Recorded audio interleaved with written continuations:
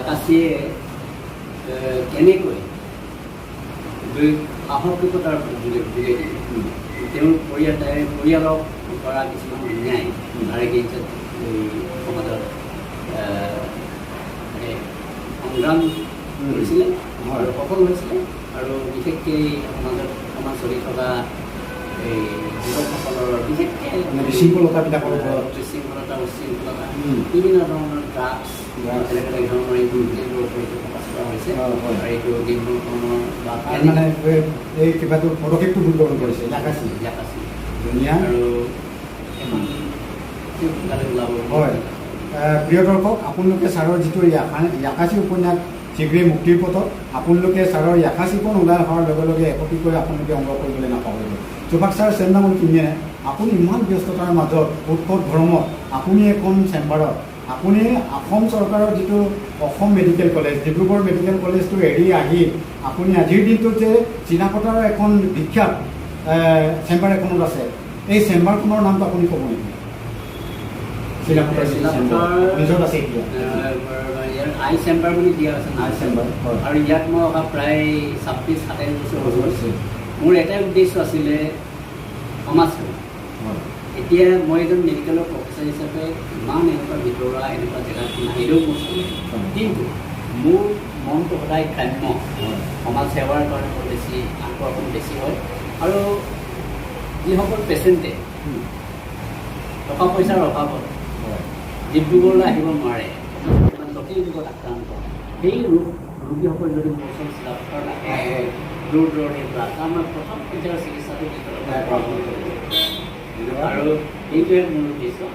আৰু এইটো কাৰণে এইটো কাম মই এতিয়া প্ৰায় 25-26 বছৰ ধৰি কৰি আছোঁ একাধিক্ৰমে, আৰু মই সদায় ৰেগুলাৰিটিটো মেইনটেইন কৰোঁ। কাৰণ তেওঁলোকে দূৰৰ পৰা আহি দেওবাৰে যদি বিচাৰি নাপায় ঘূৰি যাবলগীয়া তাতকৈ আটাইতকৈ মোৰ মনবোৰ বেয়া লাগে। সেইকাৰণে মই সদায় নিজে ৰেগুলাৰ মেইনটেইন কৰোঁ, ৰেগুলাৰলি আহোঁ, টাইমটো দিওঁ।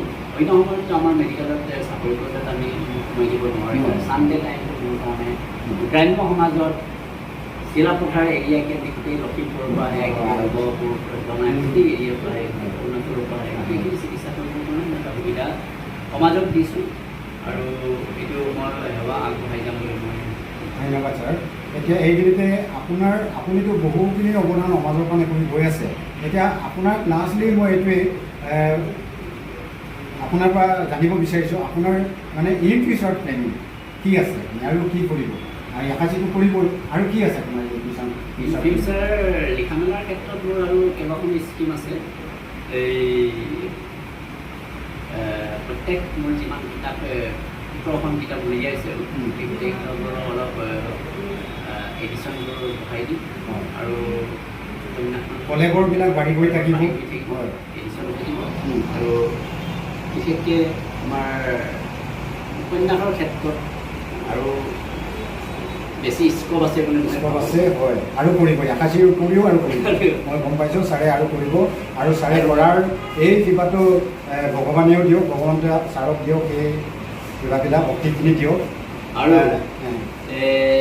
অন্য ক্ষেত্ৰত যদি চাবলৈ যাওঁ, তেতিয়া মই ৰিটায়াৰমেণ্টৰ পিছত কি কৰিব এই কথাটো যদি কয়, তেতিয়াহ'লে মোৰ ভাষা সাহিত্য সংস্কৃতিৰ প্ৰতি যিটো টান মানে এই আকৰ্ষণটো চলি থাকিব। আৰু মই যি পাৰোঁ আৰু লিখিবলৈ চেষ্টা কৰিম, সমাজক লিখিবলৈ চেষ্টা কৰিম। আৰু মোৰ এই চিলাপথাৰৰ যে চেম্বাৰটো যিটো আছে, ইয়াৰ প্ৰচাৰ প্ৰসাৰো কৰিম। আৰু মোৰ অৰিজিনেল জন্মগাঁও বৰমুকলিতো মই আনকি সমাজ সেৱাৰ কাৰণে এটা চেম্বাৰ এটা খুলি ৰাইজক কম মূল্যত সেৱা আগবঢ়াবৰ কাৰণে মই ভাবি থৈছোঁ। ধন্যবাদ।